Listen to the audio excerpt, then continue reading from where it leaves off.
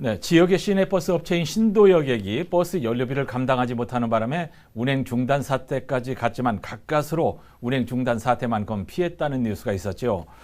이 바람에 버스 준공영제를 도입해야 이런 사태 재발을 막을 수 있다는 주장이 다시 수면 위로 떠올랐습니다. 버스 준공영제 도입과 관련해서 취재 기자와 얘기해 보겠습니다. 박정필 기자, 네. 신도여객 사태, 신도여객에 무슨 일이 있었는지 짧게 설명하고 들어가죠. 예. 지난달 26일 시내버스 연료 공급업체인 경동도시가스가 신도여객의 5월분 연료비 1억 5천만 원 가운데 최소 1억 원을 30일까지 납부하지 않으면 31일부터 연료 공급을 중단하겠다고 통보를 했습니다. 네. 네, 그리고 4일 뒤 연료 공급 중단 처리를 결정했는데요. 예. 울산시의 중재로 신도여객이 미납 중인 연료비를 빠른 시일 내에 해결하고 이후 청구될 요금도 연체 없이 지불하겠다는 방안을 경동도시가스가 받아들이면서 예. 운행 중단 사태는 일단락됐습니다. 예, 말하자면 언발의 오줌 누기식으로 발등에 불은 이상 껐습니다마는 신도여객이 다른 회사로 넘어가는 수순을 밟고 있다고 들었는데 지금 어떤 상황인가요? 네, 현재 대우여객과 신도여객은 지난 11일 법인은 그대로 두고 노선만 가져가는 형태의 양수양도 방안을 울산시에 전달했습니다. 예. 그 이후 협의 과정에서 대우여객이 신도여객 노조에서 제시한 퇴직급 승계 등 요구 조건 수행이 불가하다는 입장을 밝힌 가운데 지난 4월 신도여객과 M&A를 추진하다 실패한 창원 지역 시내버스인 마찬여객이 다시 거론되고 있는 상황입니다. 예.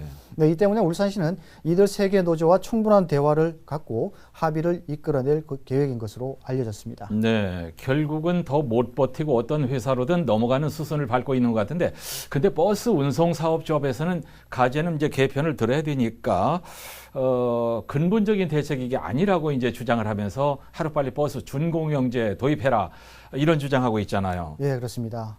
자, 울산 6개 지역의 버스 업체들은 매년 적자 운영을 해오고 있는데 지난해 예. 코로나19로 인해 763억 원의 적자가 발생하는 등 갈수록 적자 폭이 증가하고 있다고 합니다. 예.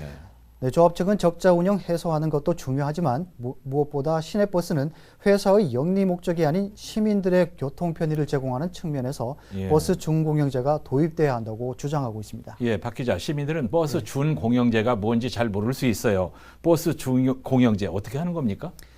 네, 버스 준공영제는 버스 회사의 수익금을 업체와 지방자치단체가 공동으로 관리를 하고 지방자치단체가 재정을 지원하는 방식으로 버스 운영 체계를 공익성을 강화한 제도로 운영하는 겁니다. 예.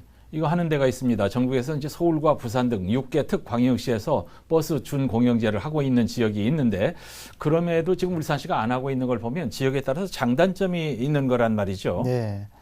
네, 분명히 장단점은 있습니다. 예. 네, 지난 2007년부터 버스 준공영제 도입한 부산의 예를 들어보면 수익성이 없는 지역에 정책 노선 투입으로 대중교통 서비스가 확대가 됐고 시내버스 요금 인상 억제, 운수 종사자 고용 안정 등 장점이 있는 것으로 나타났습니다. 예.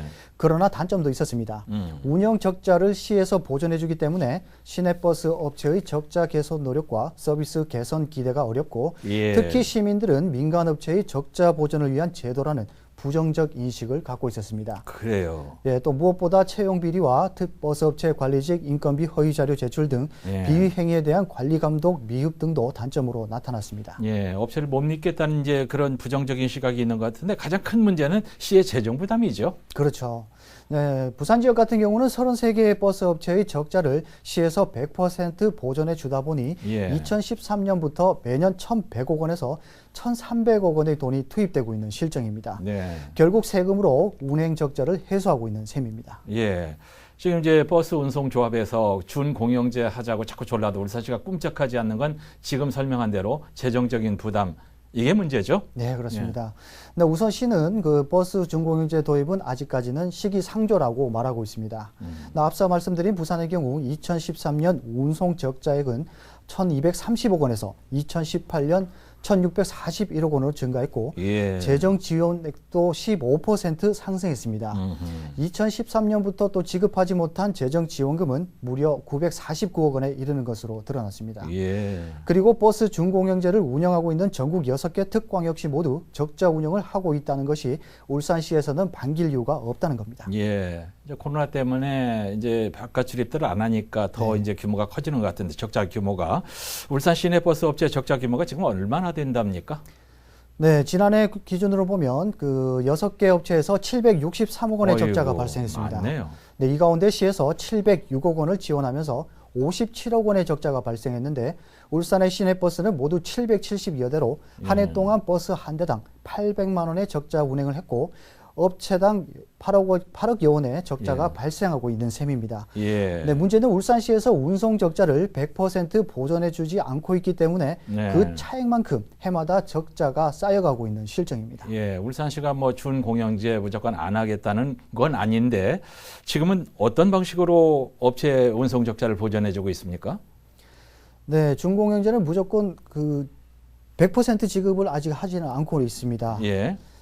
그리고 울산시에서는 현재 준공영제와 다를 게 없다는 입장인데요. 아, 시내버스 업체의 연간 운행 적자에 대해 일부 보전해주는 방식인데 예. 2019년에는 90%, 지난해에는 93%, 많이 해주는데요. 네, 올해는 95%까지 적자를 보전해주고 있습니다. 예. 특히 코로나19 영향으로 지난해에는 850억 원 정도가 투입되는 등 재정 지원 규모는 해가 갈수록 늘어나고 있는 실정입니다. 네. 울산시에서는 버스 준공영제가 도입될 경우 100% 운영 적자를 시에서 보전해줘야 하는데 현재보다 많게는 15%까지 지원금이 증가할 수 있다는 겁니다.